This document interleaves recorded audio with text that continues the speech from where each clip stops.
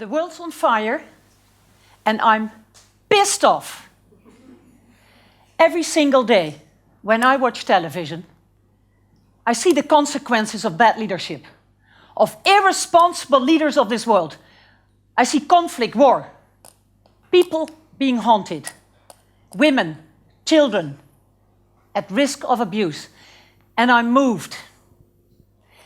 In this world of today, we have 52 million refugees. It's more than ever before in world history. In Europe, we see those people trying to cross the Mediterranean in small boats, drowning by the hundreds, and nobody really cares. And I'm flabbergasted. Those refugees flee violence, conflict, cruelty, discrimination, exclusion, environmental degradation, poverty, and what have you. And I'm really frustrated. Over 1/4 of all nations in the world at this moment is fragile or conflict affected. And in those countries live 600 million young people, girls and boys, young women, young men, who don't have a real perspective on education, good health, skills, employment, and a dignified life. And I'm really incredulous. And on top of this all, we see world military spending has reached a whopping $1.8 trillion. While development spending has stayed put at about 140 billion.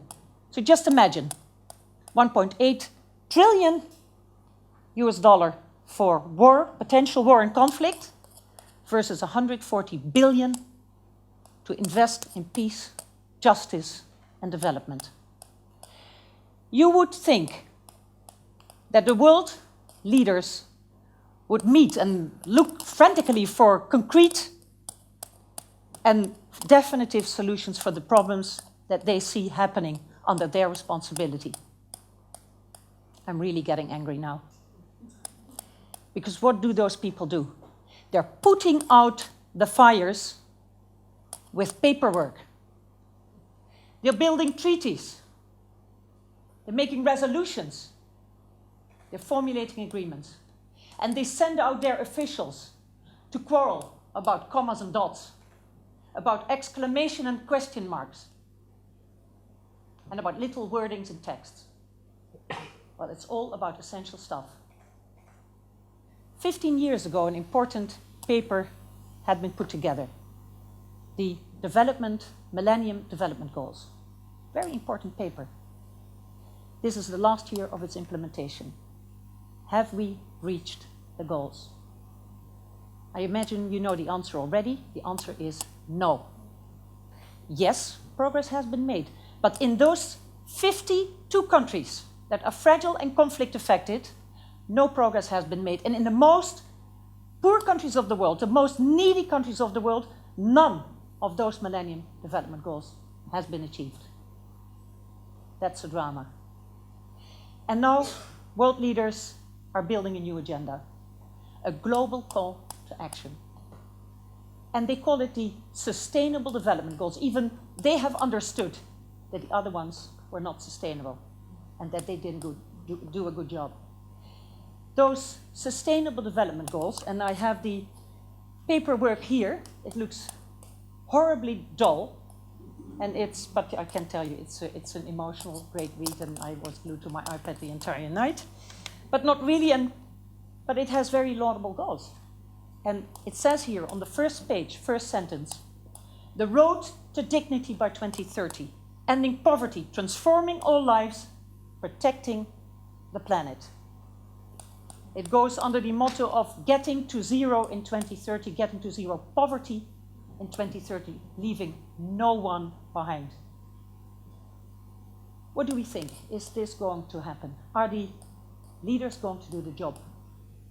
Well, we know that the members of the UN Security Council are the same countries that are the largest producers, distributors, and traders of small arms. Small arms being the weapons of mass destruction of the 21st century. responsible for all civilian deaths in times of conflict. And the main reason for the refugees, those 52 million of them, to flee cruelty, exclusion, environmental degradation, war, conflict, violence, and poverty. So, sustainable development goals, really? Seriously?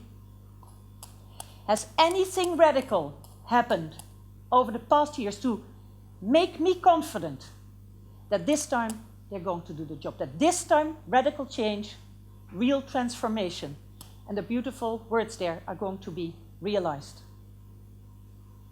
I don't think so. I don't think that I have missed something.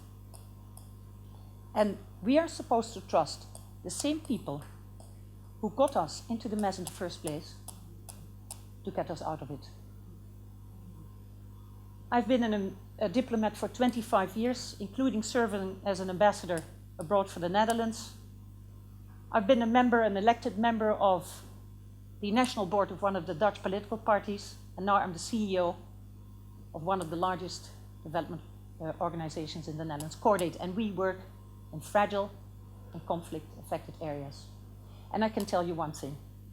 I'm sick and tired of cleaning up the mess that those so-called world leaders are leaving behind for us, and that they're even fueling by their irresponsible behavior every single day.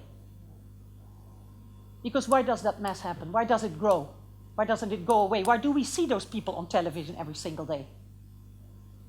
It's all about lack of true leadership, lack of sincerity in leadership, lack of integrity, lack of competence, and especially also lack of accountability.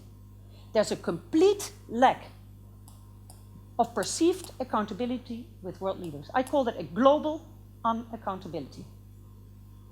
They couldn't, many of those world leaders couldn't care less about constitutions, about the agreements they have signed up to, about those resolutions.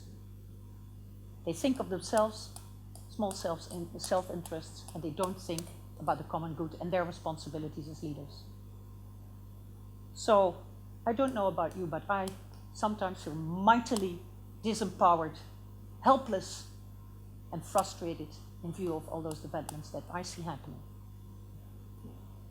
What can we do? Can we do something? Think of it. We're 7 billion world citizens against about 190 world leaders.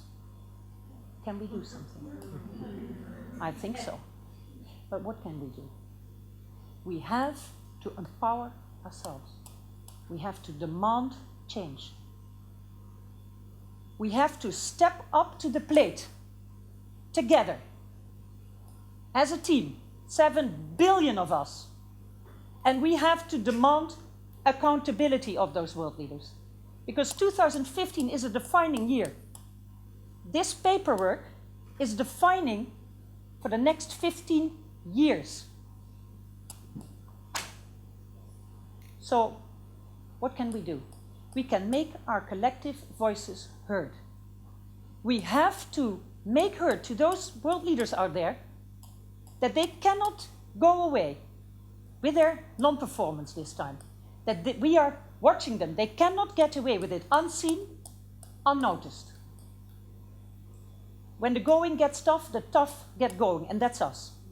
We have to be the tough. No one is going to do the job on our behalf. No one. We cannot just turn our backs to the problems and think they won't exist anymore, because they're growing. We have to step up to the plate. And I would like to invite you here tonight to step up to that plate together with me and to start a digital bomb, to drop in front of their feet, to explode in their face. A digital bomb telling them, world leaders, we're watching you this time. We, the citizens of the world, the owners of the globe. So how are we going to do that? Who has a mobile phone here? Everybody? Yes, please get it out. I'll wait till everybody has taken out their iPhones or their other mobiles. I've lived in the US, so I'm a bit... Put it in the selfie mode.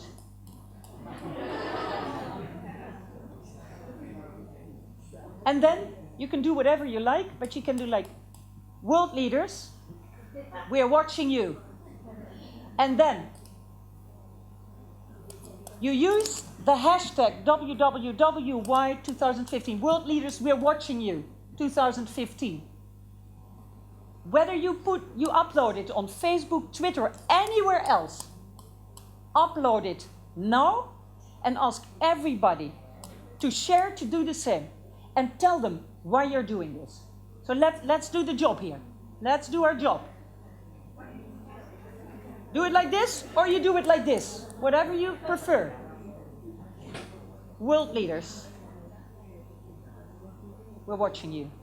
So let's start this bomb today, because with our networks here today, we can do the job. Let's show them how. World leaders, we're watching you.